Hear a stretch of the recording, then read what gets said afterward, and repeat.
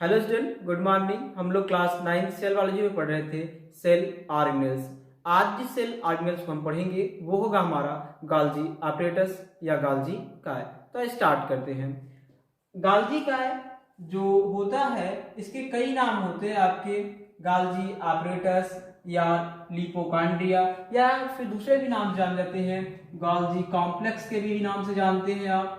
और इसके और एक नाम होते हैं भाई, जैसे क्या, एक नाम होता है डिक्टियोसोम, ये भी नाम होते हैं। अभी हम देखते हैं कि डिक्टियोसोम कब कहेंगे। डिक्टियोसोम में जनरली देखेंगे प्लांट सेल के कंडीशन में कही जाती है। क्यों कही जाती है उसका रीजन है, अभी हम देख रहे हैं इसको। अब हम पहले ये जान लेते हैं कि गाल्जी काय की जो सबसे पहले खोज की थी किसने की थी भाई, कैमिलो गाल्जी ने। यानी सबसे पहले गाल्जी के काय के विषय में जिस वैज्ञानिक ने बताया कौन थे, कैमिलो गाल्जी थे। कितने बताया था भाई, 1898 में, यानी 1898 ईस्वी में इसके विषय में बताया था। और खोजा किसमें था भाई, नर्व सेल थी, उसमें उन्होंने डिस्कवर किया। नर्व सेल माने तंत्रिका कोशिका में उन्होंने देखा था। ये बात हो गई। अब दूसरी बात होती है कि जो गाल्जी का हमारा होता है यह एक यूनिट मेम्ब्रेन बाउंड स्ट्रक्चर होता है।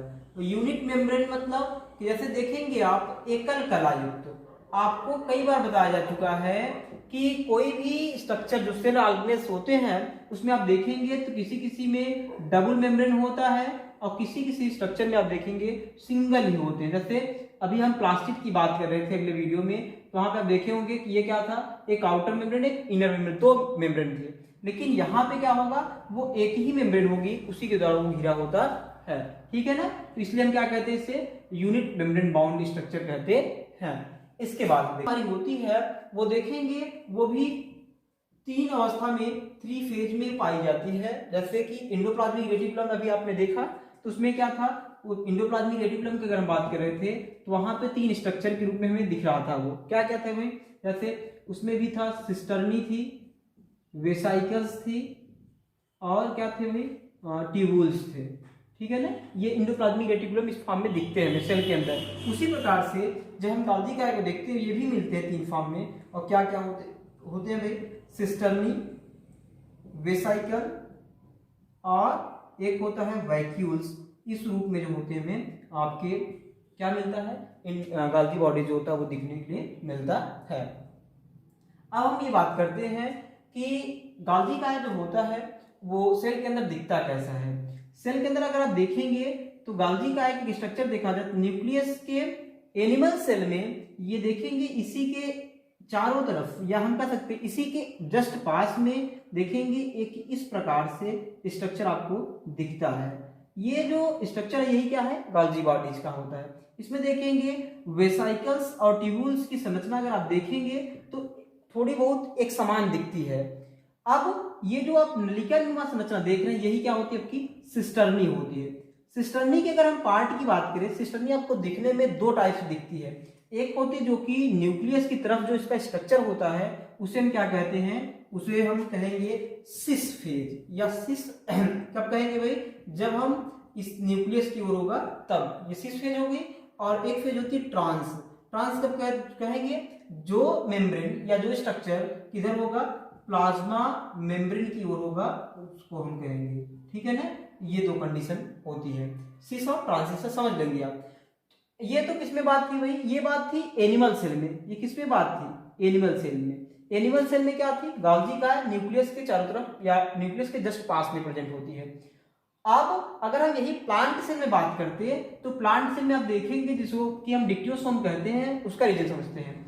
यहाँ पे प्लांट सेल में जो गाल्जी बॉडीज होती है वो फ्रीली होती है। फ्रीली मतलब यहाँ भी हो सकती है, यहाँ भी होती है, मतलब किसी भी सेल में कहीं भी एक ऐसा नहीं कि कंबाइंड फॉर्म में पड़े रहेंगे, वो फ्रीली एक दो के संख्या में जो होते हैं वो पड़े रहते हैं, जिसके कारण उसका नाम क्या पड़ जाता है, डिक्टियोसोम कहते हैं। ठीक है ना, अब हम देखते हैं इसके फंक्शनिंग को कि जो गाल्जी बॉडीज होती है वो किसी भी सेल के अंदर क्या क्या फंक्शन करती है। और आप इस बात पे विशेष ध्यान देंगे कि जो गाल्जी बॉडीज होती है वो सिर्फ किसमें पाई जाती है भाई, प्रोकार्योटिक सेल को छोड़ करके ही पाई जाती है। यानी प्रोकार्योटिक सेल में ये अब्सेंट होती है। क्या होती है, प्रोकार्योटिक सेल में अब्सेंट होती है। प्रोकार्योटिक सेल का एग्जांपल आपको पता होगा, कई बार बता चुके, नहीं जानते तो जान लेंगे। जैसे बैक्टीरिया या फिर बीजीए, बीजीए मतलब ब्लू ग्रीन एल्गी या नीले हरे शैवाल एक्सेट्रा, ये भी चीजें जो होती है उनमें नहीं पाई जाती। यूकार्योटिक सेल में अधिकांशतः में जो गाल्जी बॉडी होती है वो पाई जाती है। अब हम इसके फंक्शनिंग की बात कर लेते हैं थोड़ी सी, इसका फंक्शन क्या होता है, यानी कार्य क्या होते हैं गाल्जी बॉडीज के। इसके सबसे पहले हम कार्य को जानते हैं, तो इसमें इसका जो मेन फंक्शन होता है ये सेल वॉल के फॉर्मेशन में हेल्प करती है। क्या करती है? सेल वॉल के फॉर्मेशन में हेल्प करती है। यानी आपकी जो गाल्जी बॉडीज है ये सेलुलोज को बनाने में मदद करती है, ठीक है ना। जब सेलुलोज बनेगा तो आप जानते हैं कि ये सेल वॉल बनाता है सेलुलोज, तो ये बनके तैयार होगा। ये एक पहला जो होता है वो पॉइंट ये होगा। दूसरी पॉइंट की अगर हम बात करें तो यहाँ पे आप देखेंगे ये कुछ हार्मोन्स भी रिलीज करता है। क्या रिलीज करता है भाई? हार्मोन्स जो होते हैं वो रिलीज करते हैं। जैसे आप क्या होता है, थायरॉक्सिन हार्मोन होता है, वो क्या बनाता है? गाल्जी बॉडीज ही बनाती है। ये दूसरा फंक्शन हो गया। तीसरा फंक्शन क्या होता है भाई? आप देखेंगे रिप्रोडक्शन जब आप अगली क्लास में पढ़ेंगे थोड़ा बहुत जानते होंगे, जान लेंगे। एक चीज होती है स्पर्म यानी शुक्राणु, ये क्या चीज होती है भाई थोड़ी जान लेंगे आप। शुक्राणु जो होते हैं इसे हम कहते हैं मेल गैमीट होता है। मेल गैमीट मतलब जैसे जब आप प्रजनन क्रिया देखेंगे तो प्रजनन क्रिया में होता क्या है, नर और मादा होते हैं जो कि आपस में क्रिया करके किसी संतान को जन्म देते हैं। तो यहाँ पे जो नर होता है वो अपने कैरेक्टर को एक नर युग्मक यानी स्पर्म के द्वारा ही भेजता है, कहाँ पे? ओवा के पास यानी मादा युग्मक के पास। और जो मादा युग्मक होता है यानी ओवा होता है, ये आपस में फ्यूज करते हैं और एक जाकर के जाइगोट बनता है। जाइगोट के बाद एक जो बेबी होता है बनके तैयार होता है। तो यहाँ पे स्पर्म जो है इसमें स्ट्रक्चर देखेंगे तो आपको कुछ इस प्रकार से स्ट्रक्चर इसका दिखेगा, ऐसा दिखता है आपको। थोड़ा सा बनाते हैं भाई, ऐसे वो दिखेगा। यहाँ पे बीच में माइटोकॉन्ड्रिया पाई जाती है जो कि इसे एनर्जी प्रोवाइड करती है। तो इसका जो ऊपरी वाला पार्ट होता है यहाँ पे देखेंगे गुणसूत्र होते हैं, और ये वाला जो पार्ट होता है इसे कहते हैं एक्रोसोम कहा जाता है, अग्रपिंडक कहते हैं। तो जो ये एक्रोसोम वाला पार्ट है ये बनाता कौन है भाई? ये गाल्जी बॉडीज बनाती है हमारी। कौन बनाती है? गाल्जी काय जो होती है वो बनाती है, ये पार्ट होते हैं। और इसके बाद आप एक चीज देखेंगे वो सबसे इंपॉर्टेंट होती है, वो ये कि अभी आपने जो देख रहे थे कि सेल के अंदर जो न्यूक्लियस था इसके चारों तरफ जो आप देख रहे थे स्ट्रक्चर जो पढ़ना हुआ था गाल्जी काय का, इसका मेन फंक्शनिंग क्या होती है? हमने भी बताया कि न्यूक्लियस की तरफ जो होगा उसे हम क्या कह रहे थे? सिस, और जो मेम्ब्रेन की तरफ उसे क्या कहेंगे? ट्रांस। ये दो फेस थे। अब कभी भी न्यूक्लियस जो होता है उसमें जब प्रोटीन बनती है, आप प्रोटीन कहाँ बनी? न्यूक्लियस में। ये प्रोटीन जो मॉलिक्यूल्स होते हैं वो यहां से इसके अंदर ट्यूब्यूल्स के माध्यम से या वैक्यूल्स के माध्यम से इसके अंदर आते हैं। किसके अंदर? गाल्जी बॉडीज के अंदर आते हैं। और यहां से होते हुए ये क्या करते हैं? यहां से होते हुए वो सेल के बाहर या सेल के ही अंदर लेकिन दूसरे स्थानों पे पहुंचते जहां उन्हें जाने की आवश्यकता होती है। तो ये कौन करता है भाई? गाल्जी बॉडीज हिलाती। किसी पदार्थ को सेल के अंदर या सेल के बाहर जो परिवहन करना है वो किसका काम है? गाल्जी बॉडीज का ही काम होता है। और इसी के कारण इसका हम नाम देते हैं traffic police of the cell, यानी कोशिका का यातायात प्रबंधन कहते हैं। इसे आप स्टार मार करके याद कर लेंगे, ठीक है ना।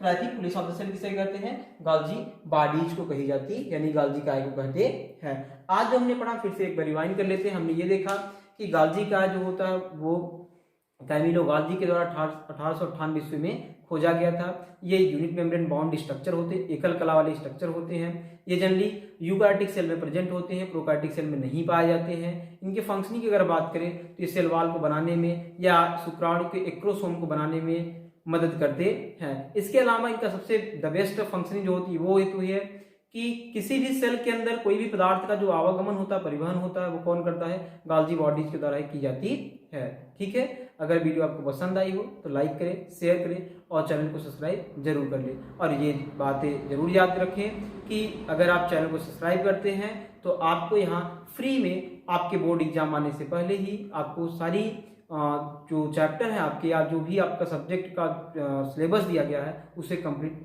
कराई जाएगी। Thank you.